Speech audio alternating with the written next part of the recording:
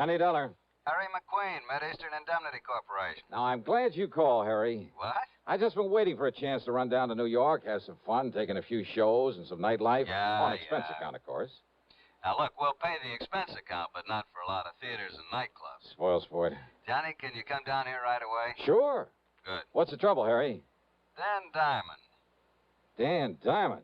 That's right. Well, nice talking to you. Now, what's that mean? It means I suddenly think I have an important assignment in Podunk or Timbuktu. You mean you're afraid to get involved with our friend Mr. Diamond? Nah, Johnny. It's just that I relish the thought of maybe living to a happy middle age is all. Don't you remember what happened on that bank job over in Amityville? Oh, I remember. Not only a bank guard, but a police officer and the investigator from the insurance company. All of them suddenly turned their loving wives into widows. I know. Diamond. So he's still in business, huh? Well, apparently not. And I use that word advisedly. Apparently he's retired from his career of crime and is growing orchids at his little home in Long Beach, California. Yeah, That is... on the dough from that Amityville job. That is when he's out there. Oh, where is he now? Right here in New York City, and he just happens to have lifted some $75,000 from a small but expensive jewelry store. Then lock him up and throw the key away. I'm afraid it's not that easy.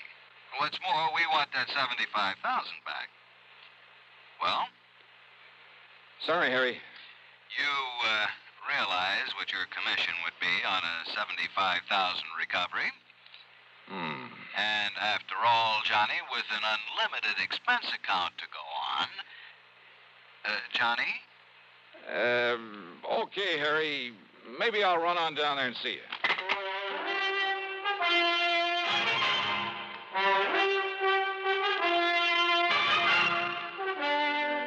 CBS Radio brings you Bob Bailey in the exciting adventures of the man with the action-packed expense account, America's fabulous freelance insurance investigator. Yours truly, Johnny Dollar.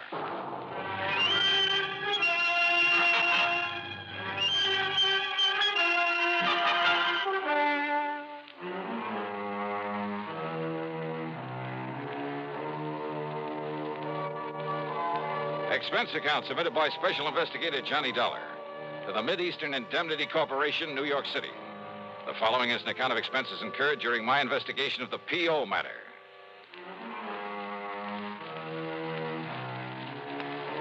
So who wants to tangle with a character like Danny Diamond? But that bait Harry McQueen dangled in front of me was too much to refuse. Expense account item 1770 for a train to New York and a cab to his office on Park Avenue. Friday afternoon, Johnny, week before last. They were about to send a pile of money over to the bank. And? Diamond simply walked in, put a gun on the man at the vault, made him crawl under a table, and then scooped up the $75,000 and slipped out into the street before the vault man could hit the alarm button.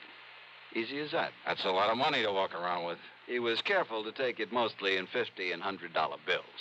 The vault man didn't try to put up a fight? Against Danny Diamond? And get killed for sure? Well, how'd he know who he was? Danny told him. He what? Just like he identified himself on that Amityville job you mentioned, like he did on every job he ever pulled. We were lucky that no one got killed on this one. You said he's here in New York. Where?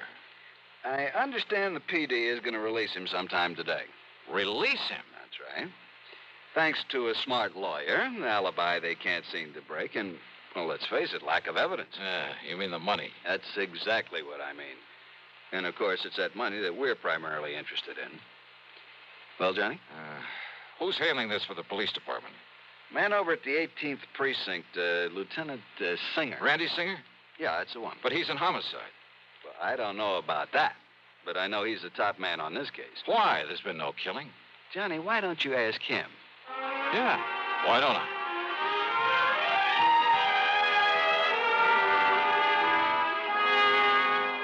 Because on nearly every previous job that Dapper Danny pulled, there was a killing. And I was assigned to him. I got to know him and his routine, his methods better than anybody else in town. But not well enough to nail him down. Yeah, I'm afraid that's true. Anyway, they made a special out of this one and put me on it. And from the way you say that, Randy, you haven't got very far. Johnny, I haven't got to first base. Oh, sure, we locked him up on suspicion, got the DA to really cloud up and rain all over him, but thanks to that smart mouthpiece he hired and an alibi so solid you couldn't smash it with a hydrogen bomb. Plus, no sign of the money. Yeah, that's right. Anyway, they're letting him loose, and he'll go back to California free as a bird and 75 G's to the good. You sure it was Danny Diamond pulled this one, huh? Well, everything, Johnny. His perfect timing, his modus operandi, that egotistical trick of identifying himself, the description of him, his doing it solo, the fact he didn't stash it away in a bank. I've checked every bank in town. Well, everything, Johnny, says it's him. You mean it's he? Hmm? What's your English, Randy? Oh, English, to heck with it. Him's the... I mean, he's the one that did it.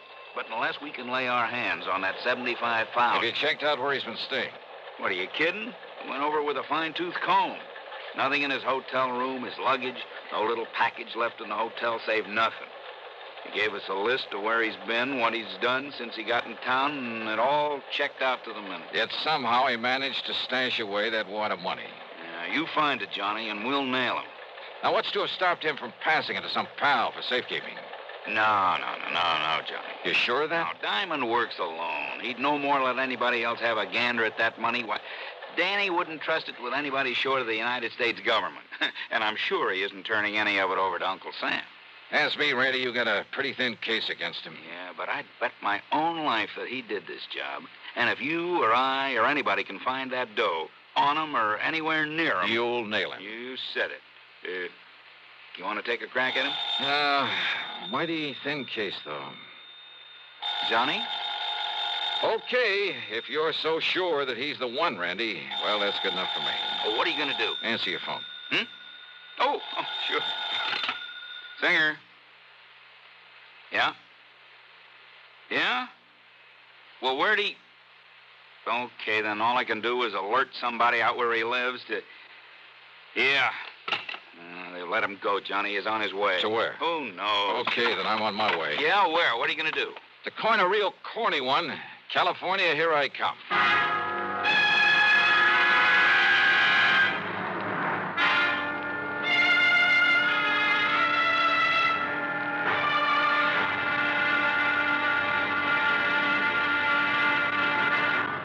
Here's Hollywood star Mona Freeman. Who feels like acting with a miserable cold? I relieve cold distress the fast way with 4-way cold tablets. Yes, tests of all the leading cold tablets proved 4-way fastest acting. Amazing 4-way starts in minutes to relieve muscular pains and headache, reduce fever, calm upset stomach, also overcomes irregularity. When a cold strikes, do what I do. Take 4-way cold tablets. It's the fast way to relieve nasty cold distress and feel better quickly. 4-way, only 29 cents. Now, here's a word about another fine product of Grove Laboratories. To get rid of embarrassing dandruff in 3 minutes, change to Fitch Dandruff Remover Shampoo. 3 minutes with Fitch regularly is guaranteed to keep unsightly dandruff away forever. Apply Fitch before wetting hair. Rub in 1 minute. Add water, lather 1 minute. Then rinse 1 minute. Every trace of dandruff goes down the drain. 3 minutes with Fitch and embarrassing dandruff's gone. At the same time, Fitch can brighten hair up to 35%. Get Fitch Dandruff Remover Shampoo today. And now, Act 2 of yours truly, Johnny Dollar, and the P.O. matter. I got a recent picture and a complete description of Danny Diamond from Lieutenant Randy Singer. And I'll find out who you ought to contact there at the PD in Long Beach, Johnny, and send you a telegram. Then I spent item 2, $166.25 for a plane ticket to Los Angeles.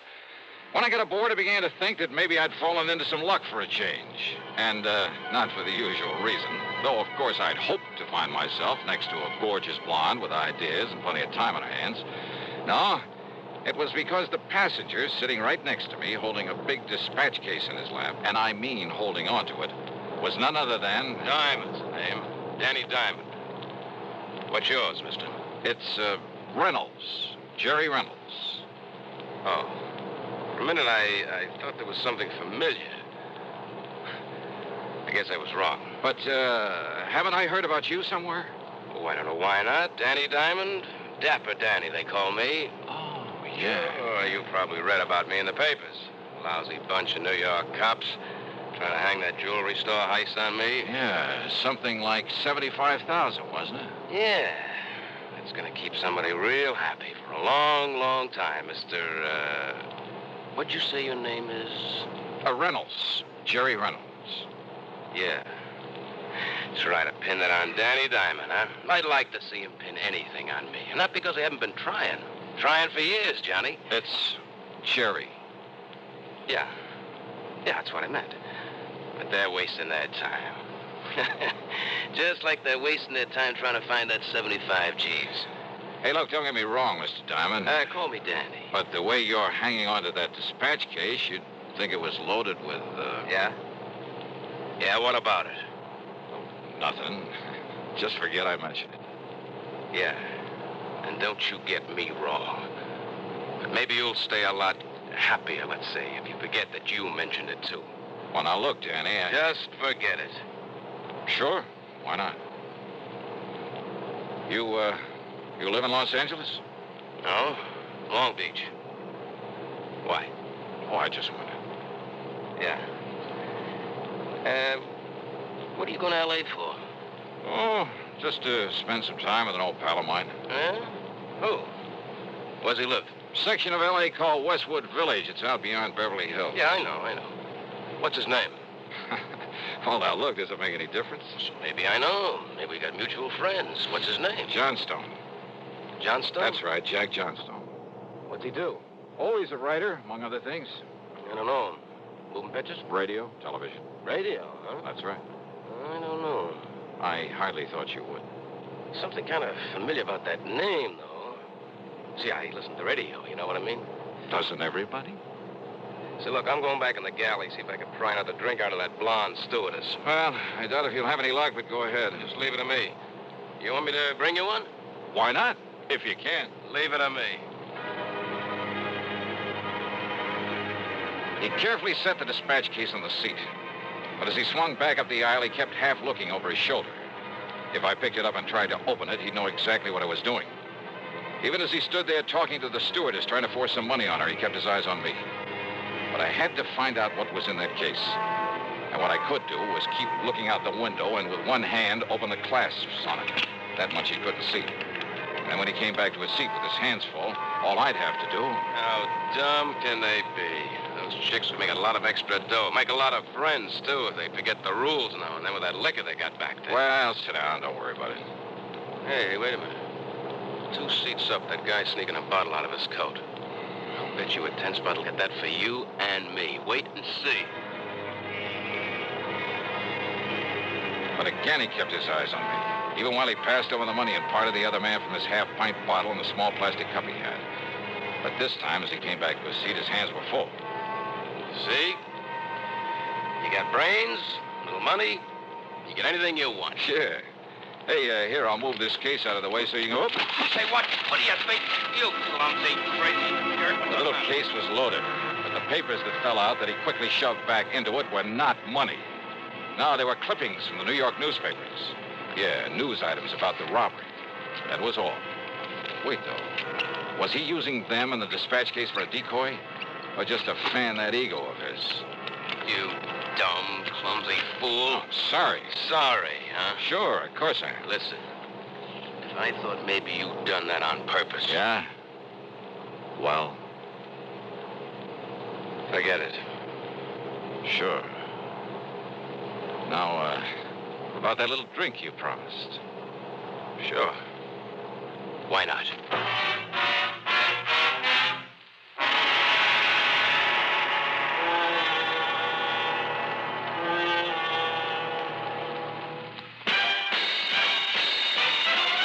Are you smoking more now, but enjoying it less?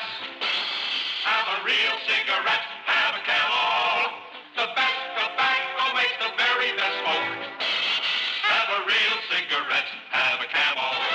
Are you looking for flavor and mildness? Have a real cigarette, have a Camel. The best tobacco makes the very best smoke. Have a real cigarette, a real cigarette, a real cigarette, have a Camel. If you're smoking more today, but enjoying it less, try Camels.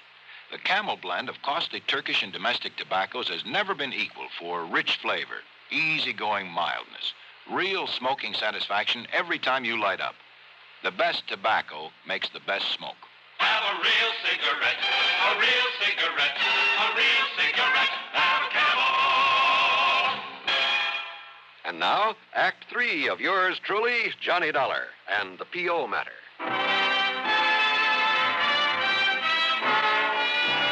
There wasn't much conversation with Danny Diamond during the rest of the flight. At L.A. International Airport, after watching him pick up his luggage, I spent item 3, $50 deposit on a rental car, and drove on down to Long Beach, hoping not to see him along the way. I didn't. I got myself a room at the Villa Riviera, then checked with Western Union. Yes, we have, Mr. Dollar. It's from a Lieutenant Randolph Singer, NYPD, whatever that means. New York Police Department. Will you read it to me, please? Yes, sir, I'll be glad to. It says make contact with P.O. P.O.? It says make contact with P.O. Your man is Sergeant Wyman. Oh, I get it. That was a typo. Should have been P.D. The sender must have misspelled it. Oh, sure. But go on, please. Your man is Sergeant Wyman. Good luck. Signed, Randy. That's all? That's all. Okay, thanks.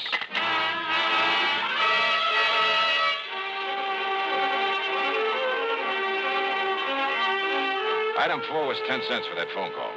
Then I wasted no time in getting over to police headquarters into a huddle with Sergeant Raleigh Wyman. Dollar, we know all about Danny Diamond. What he is, where he got his money for that house of his out on Fern Drive, and for living it.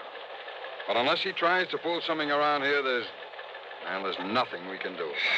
I know what you mean, Sergeant. But if you can get something on him and make it stick, this whole town will love you dearly.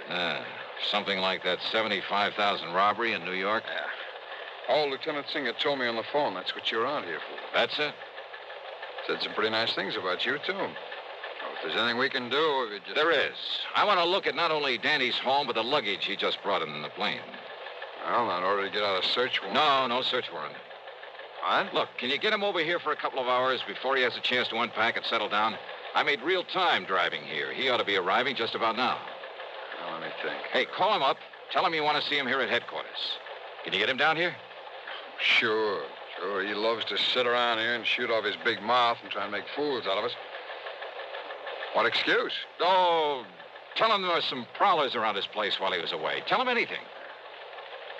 Now, look, Dollar, if you're planning what I think and without a search warrant... Sergeant, so far as you know, all I'm going to do after I leave you here is take a nice long walk along the beach. Well, okay? Okay, Dollar.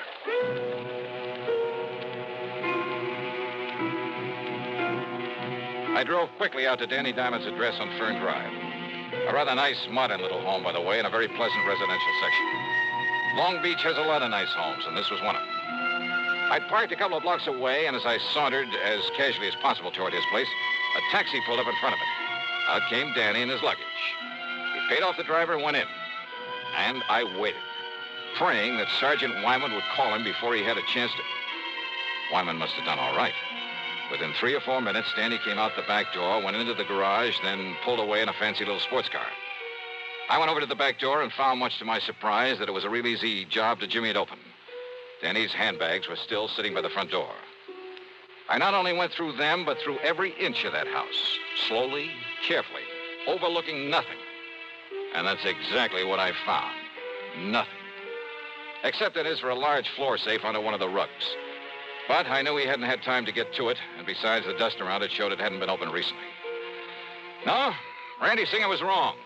If Danny did take that money, he must have stashed it away somewhere. Or left it with somebody, probably back in New York. Despite what Randy had said about his operating alone, trusting no one, not even the banks, about trusting no one short of the United States government. The government? Wait a minute. I beat it back to police headquarters and Sergeant Raleigh Wyman. I kept him here just as long as I could. Danny only left a couple of minutes ago. A couple of minutes ago, huh? Dollar, did you find anything? Huh? I mean, during that, during your walk along the beach. No. Now, listen. Yeah? That telegram Randy sent me. Telegram? Yeah. Make contact with P.O., he said. P.O.? Well, it was a typo. He meant to say P.D. to contact you. Oh. Well, it was a lucky mistake. Because, Sergeant, I may be nuts, completely nuts, but I'm betting that P.O. is the answer to this whole thing.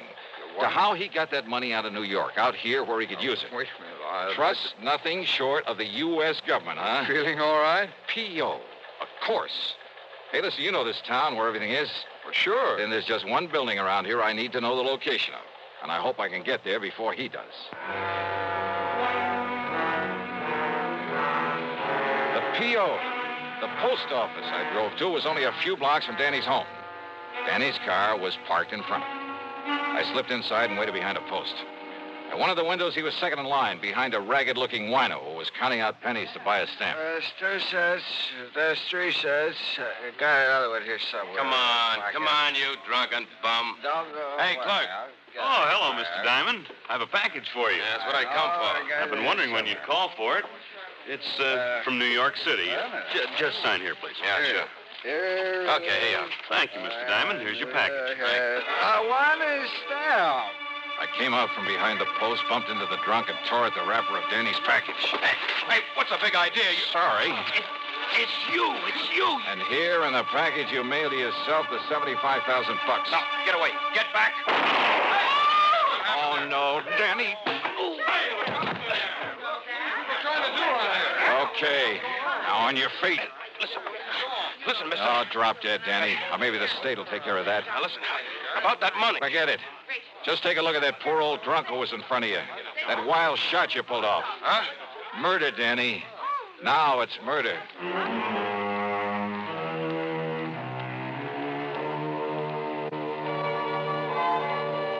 So, from here on in, of course, it's in the hands of the law, the courts. As to credit for solving this one, well, actually, it all goes to a simple typographical error. Funny. Expense account total, including hotel and the trip back to Hartford, $397.70. Yours truly, Johnny Dollar.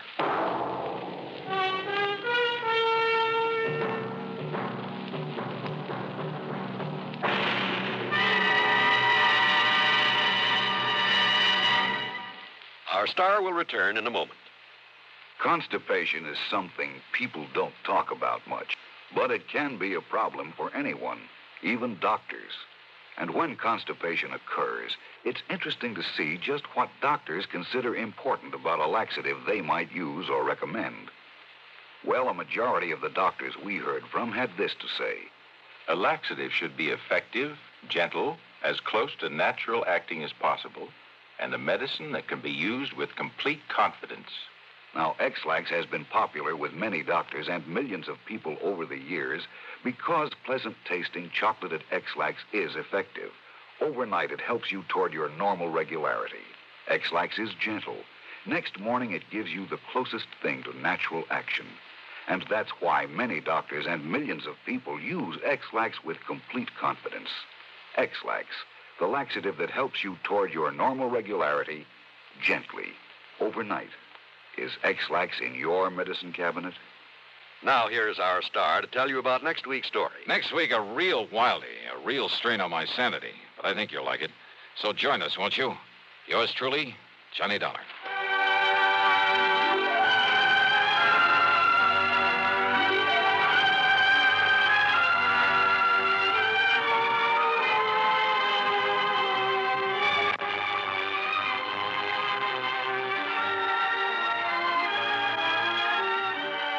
Truly, Johnny Dollar, starring Bob Bailey, originates in Hollywood and is written, produced, and directed by Jack Johnstone. Heard in our cast were Virginia Gregg, Harry Bartell, Herb Vigran, James McCallion, Stacey Harris, and Gil Stratton. Be sure to join us next week, same time and station, for another exciting story of yours truly, Johnny Dollar. This is John Wall speaking. Next, a modern mystery classic, Agnes Moorehead's 8th suspense performance of Sorry, Wrong Number on the CBS Radio Network.